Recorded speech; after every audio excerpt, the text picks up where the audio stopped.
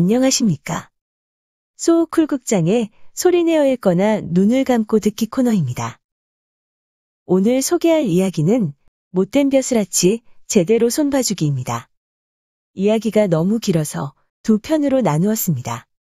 죄송합니다.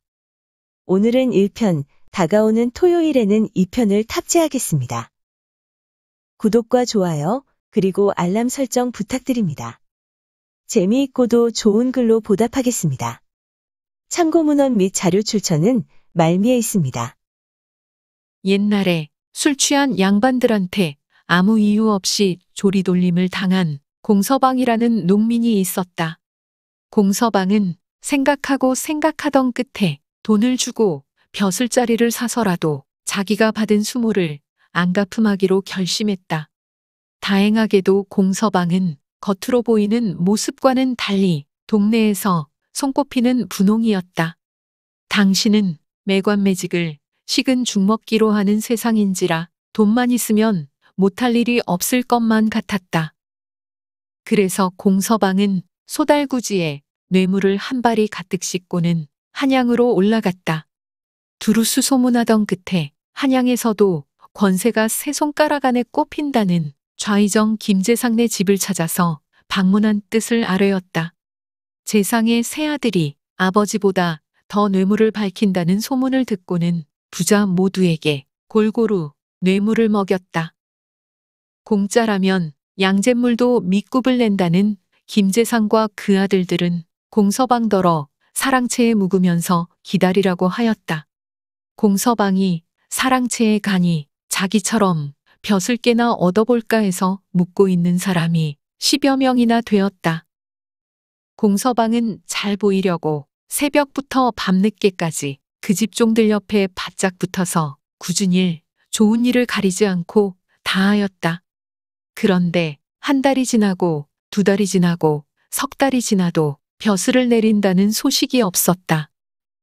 공서방은 뇌물이 적어서 그런가 보다 하고 여겨 집에 기별을 띄워 괴속의 돈을 몽땅 가져오게 하여 바쳤다. 돈을 받을 때 같아서는 바로 한 자리 줄 것 같더니 반년이 훌쩍 지났건만 여전히 감감무소식이었다. 그렇게 할 일 없이 1년이 이럭저럭 지나갔다.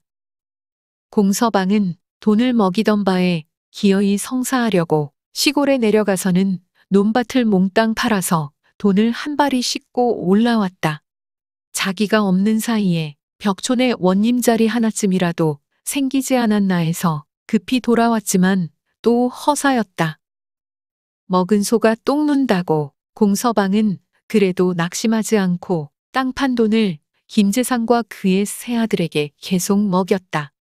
이렇게 3년 세월이 다가는 때에 기다리던 벼슬 대신에 뜻밖에도 시골에서 속히 돌아오라는 기별이 왔다. 집에 있는 처자들이 당금 굶어 죽게 되어 거지가 되어 밥동량을 떠나게 된다는 기막힌 사연이었다. 퍼뜩 놀라 그제야 공서방은 꿈속에서 깨어났다. 공서방은 마지막으로 김재상을 찾아가 하직을 고했다.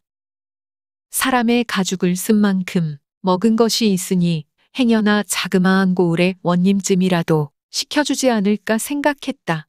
그런데 뜻밖에도 김재상은 그거 안 됐구먼. 그럼 빨리 내려가 보게나. 하는 싱거운 대답 한마디를 하고는 덜컥 방문을 닫아버렸다. 재상의 아들들에게도 찾아가 봤지만 역시 제아비와 같은 소리만 앵무새처럼 되뇌었다. 공서방은 재상부자의 유들유들한 볼때기를 치고 싶었지만 꾹 참고 물러났다. 그는 고향에 내려가는 대신에 대궐에 숨어들어가 신문고를 두드려 재상가족을 고발했다. 그러나 헛수고였다. 공서방은 미친놈 취급을 받고 관아에서 쫓겨나왔다. 전에는 양반들의 천대와 멸시를 받으면서도 호의호식하며 살았는데 지금은 수중에 돈 한 푼 없으니 눈앞이 캄캄했다. 몇 번이나 한강에서 뛰어내려 죽으려고 하다가도 굶주리고 있는 처자식이 눈에 밟혀서 마음을 고쳐먹고 고향으로 발길을 돌렸다. 공서방이 한양을 벗어나 자그마한 산골 마을을 지나는데 밭두개 아이들이 와, 와 소리 지르며 떠들고 있었다. 공서방은 쉬어가기도 할 겸 겸사겸사해서 그리로 다가가 보니 작은 구멍으로 땅벌들이 분주히 드나들고 있었다. 아이들은 땅벌들이 쏠까봐 가까이는 가지 못하고 멀리서 흙덩이를 던지며 떠들고 있었다. 그 광경을 들여다보던 공서방은 문득 한 가지 꾀가 생각나서 무릎을 탁 쳤다. 공서방은 돈 몇 푼을 아이들에게 주면서 마을에 가서 뒤움박 하나와 꿀 한 숟가락에 백지 몇 장을 사고 나머지는 엿을 사 먹으라고 하였다. 아이들은 좋아하며 환성을 지르고 가더니 이윽고 물건들을 사서 돌아왔다. 공서방이 뒤움박 안에 꿀을 바른 다음 땅벌 구멍에 갖다 대니 삽시간에 땅벌들이 몽땅 뒤움박 안에 들어갔다. 공서방은 뒤움박 덮개를 닫고 구멍만 두어 곳 뚫어 놓았다. 그 다음엔 백지로 싼 다음에 그걸 가지고 한양으로 되돌아 올라왔다. 재산이 모두 거덜나 죽으려고까지 생각했던 공서방인지라 복수할 마음이 생겼기 때문이다. 재상과 새아들 모두를 상대로 차근차근 한 사람씩 복수할 생각이었다. 김재상이 의아해서 어째서 되돌아왔는가? 하고 묻자 공서방은 시치미를 떼고 능청스럽게 대답했다. 글쎄, 우리 집 안 사람이 내가 한양으로 올라와 기생한테 빠지지 않았나 해서 좁은 생각에 거짓 기별을 했던 거지요. 그래서 한바탕 욕을 하고는 곧 돌아왔지요. 그래, 김재상은 공서방의 말은 건성으로 들으면서 그가 들고 있는 물건만 흘끔흘끔 훔쳐보고 있었다. 혹시 그 사이에 벼슬자리가 생겼으면 빈손으로는 벼슬을 받을 수가 없으니 우리 집에서 대대로 전하는 가보를 가지고 왔습니다. 가보라니 그게 뭔가? 김재상은 군침까지 꿀꺽 삼키며 바싹 타가 앉았다. 저희 집에서 몇 대째나 내려오는 보배입지요. 밤중에 아무도 없을 때 혼자서 가만히 보셔야 한답니다. 아마도 굉장한 보물이겠다고 생각한 김재상은 뒤움박을 받아서 벽장 속에 넣고는 어서 밤중이 되기를 기다렸다. 밤이 깊어지자 애첩까지 내보내고 문을 꽁꽁 걸어 넣은 후 초조히 기다리노라니 온몸에 땀이 나는지라. 옷을 홀랑 벗고는 벽장 속에서 뒤움박을 꺼냈다. 백지로 여러 겹 싼 것을 한 겹 한 겹 벗기니 나중에 뒤움박이 나왔는데 흔들어 보니 윙윙 소리가 나는지라. 뚜껑을 여니 웬걸 독이 오를 대로 오른 땅벌들이 한꺼번에 튀어나와서는 김재상의 발가벗은 온몸에 새까맣게 달려들었다. 연신, 아이코 하고 소리를 지르며 두 손을 물에 빠진 놈처럼 허우적거리며 막을수록 땅벌들이 사정없이 쏘는 바람에 재상의 온몸은 마치 끓는 기름에 튀긴 돼지처럼 통통 부어올랐다. 그와 때를 같이하여 밤중이 되기를 고대하던 공서방은 살며시 일어나 뒷간에 가서 똥을 백지에 싸서 들고 김재상이 있는 방으로 갔다. 그가 방문을 살짝 열고 들여다보니 아니나 다를까 생각했던 대로 김재상이 큰 대자를 하고 자빠진 채로 숨을 가피시고 있었다. 공서방은 방에 들어가 김재상을 가로타고 앉아 그의 입을 벌리고 똥을 쑤셔 넣으며 중얼거렸다. 공짜라면 양잿물도 처먹으린가나 똥이나 실컷 처먹어라. 그제야 어지간히 속이 풀린 공서방은 빗자루를 찾아 까맣게 죽은 땅벌들을 말끔히 쓸어 뒤움박에 넣었다. 그런 다음 김재상을 반드시 눕혀놓고 이불까지 푹 씌운 다음에 아무 일도 없었다는 듯이 사랑채로 돌아왔다. 이튿날 아침 김재상네 집은 벌에 둥지를 쑤셔 놓은 것처럼 야단법석이 났다.